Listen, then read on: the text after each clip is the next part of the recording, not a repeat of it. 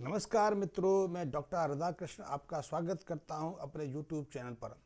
बहुत सारे मित्रों की, खास करके जो गौपालक मित्र हैं, जो गौशालाएं चलाते हैं, जो डेयरी फार्म का काम करते हैं, वो अपने पशुओं को लेकर, खास करके गाय बैल को लेकर बहुत चिंतित रहते हैं। क्योंकि पर्याप्त प्रयास करने के बाद, कई बार प्रयास करने के बाद भी उनकी गाय या भैंस गर्भधारण नहीं कर पाती है, रिपीटेड हो जाती है। और कभी कभी समस्या तो तब और गंभीर रूप धारण कर लेती है जब उनको 10-15 बार तक या तो क्रॉस कराना पड़ता है, इसको प्राकृतिक गर्भाधान कहते हैं, या फिर उनको एआई कराना पड़ता है। एआई का प्रचलन भी बहुत तेज़ी से बढ़ गया है।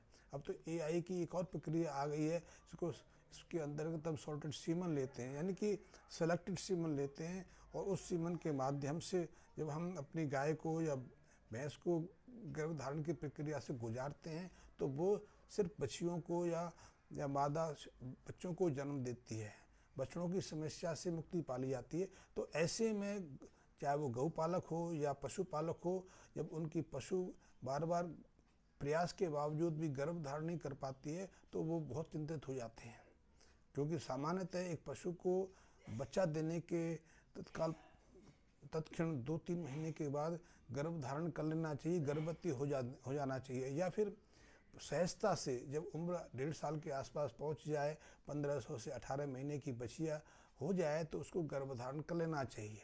लेकिन ऐसे में कई कारण ऐसी होते हैं कि वो समय के अनुसार गर्भधारण नहीं कर पाते हैं, तो उसको हम कहते हैं रिपीटेड होना, बार बार प्रयास करने पर भी सफलता प्राप्त नहीं हो पाना। ऐसे में गौपालक भी परेशान हो जाते हैं, डेयरी पालक भी बहुत चिंतित रहते हैं, क्योंकि उन पर बोझ बढ़ जाता है, पर्याप्त समय निकल जाता है। जितना समय निकलेगा वो एक बोझ के रूप में उस पशु को लेने लगते हैं। तो ऐसे में यदि आपके पशु या आपकी गाय बार बार रिपीट हो रही है, बार बार क्रॉस कराने के बावजूद भी या फिर एआई कराने के बावजूद भी आपको सफलता नहीं मिल रही है, तो उसके पीछे कुछ विशेष कारण रहते हैं।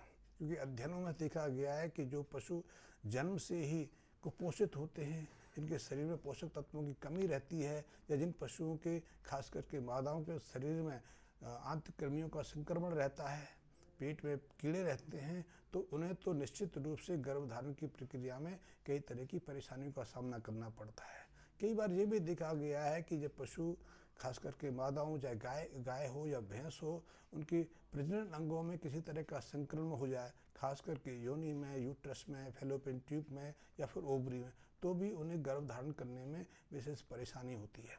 एक और समस्या देखी गई है जिस पर अभी हमने ध्यान देना शुरू नहीं किया। वो समस्या है कि जब हम एआई कराते हैं, आर्टिफिशियल इंसेमिनेशन से अपने पशु को गर्भधारण कराते हैं, तो उसकी पहली प्रक्रिया में तो हमें काफ़ी सफलता मिलती है, सहजता से हमारा पशु गर्भधारण कर लेता है, समय पर शिशु को भी जन्म देता है, पर्याप्त मात्रा में दूध भी देता है। लेकिन दोबारा उसको हीट पे आने में बहुत समस्या खड़ी होती है। मनुष्य के अंदर तो ये प्रक्रिया काफ़ी कठिन होती चली जा रही है, लेकिन पशुओं के प्रति अभी हम इसको लेकर ज़्यादा सचेत नहीं हुए। क्योंकि देखने में आया है कि जब हम विभिन्न समूहों से, क्योंकि हमें मालूम नहीं होता कि एआई के लिए जो सीमन हम ले रहे हैं वो किस डेयरी का है, किस पशु का है, कहाँ से लिया गया है।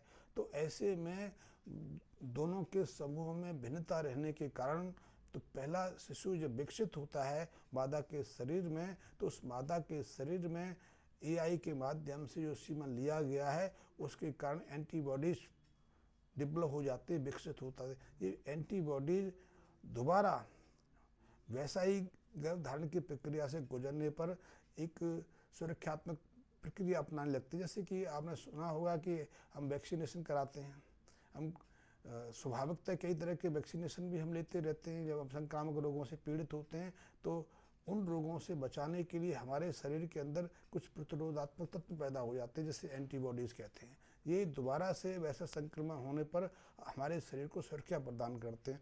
ऐसे ही एंटीबॉडीज़ उस सीमन के प्रति जो एआई के माध्यम से धारण करते हैं, उसके प्रति अपना प्रतिरोध शक्ति दिखाने लगते हैं। तो ऐसे में यदि हमारा पशु जब हीट पे आता है और हम उसको क्रॉस कराते हैं, गर्भाधान की प्रक्रिया से गुजारते हैं, तो वो उस सीमन को सहज रूप से ग्रहण नहीं कर पाता, और यानी कि वो प्रयास हमारा निष्फल चला जाता है।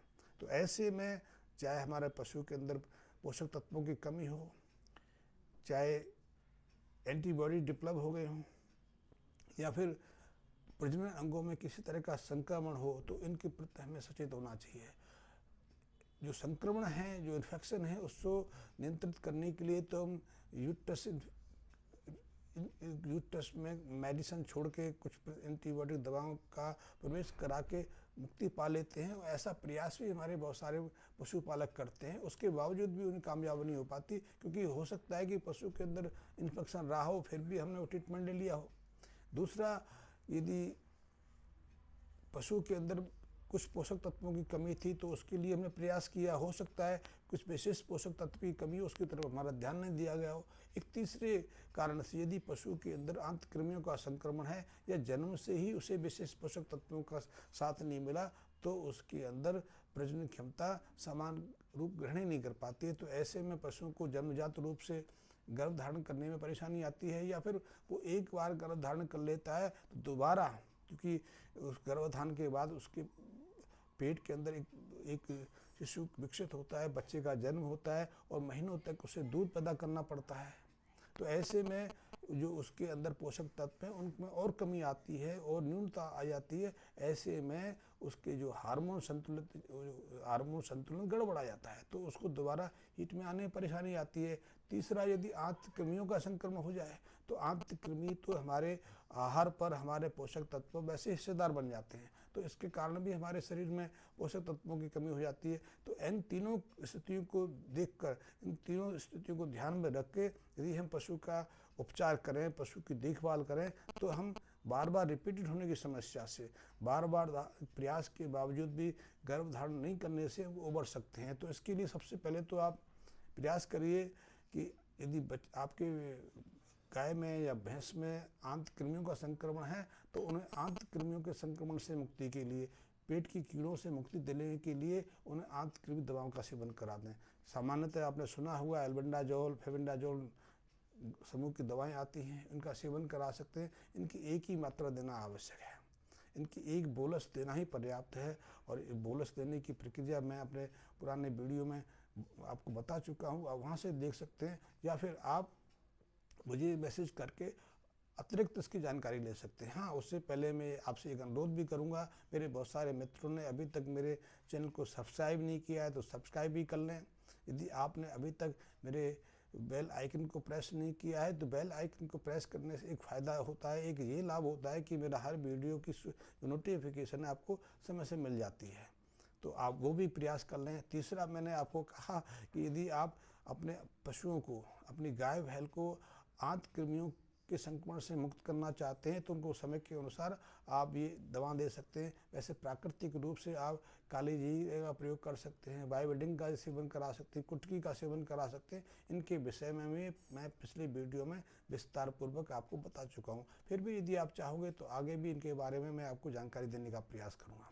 तीसरा, यदि आपके पशु के अंदर विटामिन्स की कमी है, खनिज तत्वों की कमी है, तो उनसे मुक्ति देने के लिए भी, उनसे मुक्ति कराने के लिए भी आप प्रयास कर सकते हैं। तो उसके लिए आप कई तरह की दवाएं आती हैं, सिरप भी आते हैं, आप बोलस का प्रयोग कर सकते हैं। तो उसके लिए आर्गिमिन बोलस आती है, तो उसका एक टैबलेट डोज का आप 21 दिन तक अपने गाय को, अपनी भैंस को सेवन करा सकते हैं। और उसके बाद यदि आप उसको क्रॉस कराएंगे, उसको EI कराएंगे तो निश्चित रूप से आपको कामयाबी मिल जाएगी।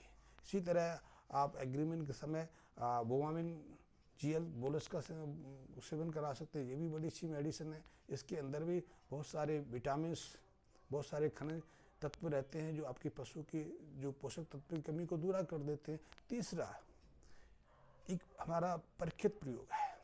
परीक्षित प्रयोग ये है कि आप शतावरी आपने सुना होगा, शक्तिवर्धक टॉनिक है, हम अपने माता बहनों को प्रयोग कराते हैं, गर्भधारण की प्रक्रिया में भी कराते हैं और लैक्टेशन पीरियड में भी कराते हैं। इससे दुग्ध उत्पादन की क्षमता विकसित होती है, हार्मोन जो संतुलन है वो सामान्य स्थिति में आता है। जो हार्मोन संतुलन गड़बड़ा जाता है, डिस्टर्ब हो जाता है, वो सामान करने में भी शतावरी बहुत महत्वपूर्ण है। शतावरी के साथ आप अश्वगंधा का पाउडर ले सकते हैं। इनके अलावा तीसरा पाउडर जो बहुत महत्वपूर्ण है वो छोटा गोखरू। आप तीनों को 50-50 ग्राम की मात्रा में लेकर मिश्रित कर लें, मिला लें और उसमें 250 ग्राम के आसपास गुड़ का मिलन करा लें, इसमें गोली बना लें। वैसे तो लड्डू बन जाता है, तो इस लड्डू का निरंतर कम से कम 7 से 10 दिन तक आप अपने गाय को, अपनी भैंस को प्रयोग कराएं। इससे तीनों काम एक साथ हो जाते हैं। यदि पशु के अंदर किसी पोषक तत्व की कमी है, उसके शरीर के अंदर हार्मोन्स संतुलन असंतुलित हो गया है, इसके कारण वो गर्भाधान की प्रक्रिया में असफल हो रहा है, तो वो भी सामान्य हो जाती है। तीसरा कि गर्भ में जब शिशु विकसित होने लगता है तो उसके शारीरिक विकास में भी इससे बहुत मदद मिलती है। तो आप इसका पहले तो 10 के 11 दिन तक प्रयोग करा सकते हैं, फिर इसकी मात्रा में कमी कर सकते हैं। अभी तो आपने 50-50 ग्राम की मात्रा में सेवन कराना है, उसके बाद इसकी मात्रा 15 से 20 ग्राम निरंतर आप दाना के साथ या फिर चारे के साथ मिश्रित करके अपने पशु को दे सकते हैं। इससे ये समस्या का निराकरण हो जाता है। वैसे यदि हार्मोन संतुलन ज़्यादा गड़बड़ाया है तो उसके लिए कुछ हार्मोन्स बेस्ड मेडिसिन भी है, जिनकी जानकारी मैं आपको अगले वीडियो में दूंगा। तो यदि आपको बार बार रिपीट समस्या का सामना करना पड़ रहा है, आपकी गाय, आपकी भैंस समय से गर्भधारण नहीं कर पा रही है, तो आप इस छोटे से प्रयास करके, छोटी सी उपाय करके निश्चित रूप से समस्या से बाहर आ सकते हैं। आपकी कोई समस्या है तो इस संबंध में मुझसे परामर्श कर सकते हैं। उस संबंध में मेरे मैसेज बॉक्स में मैसेज भी छोड़ सकते हैं। प्रयास करूंगा कि उस हर समस्या का समाधान मैं आपको देने को प्रयास करूं। धन्यवाद मित्रों।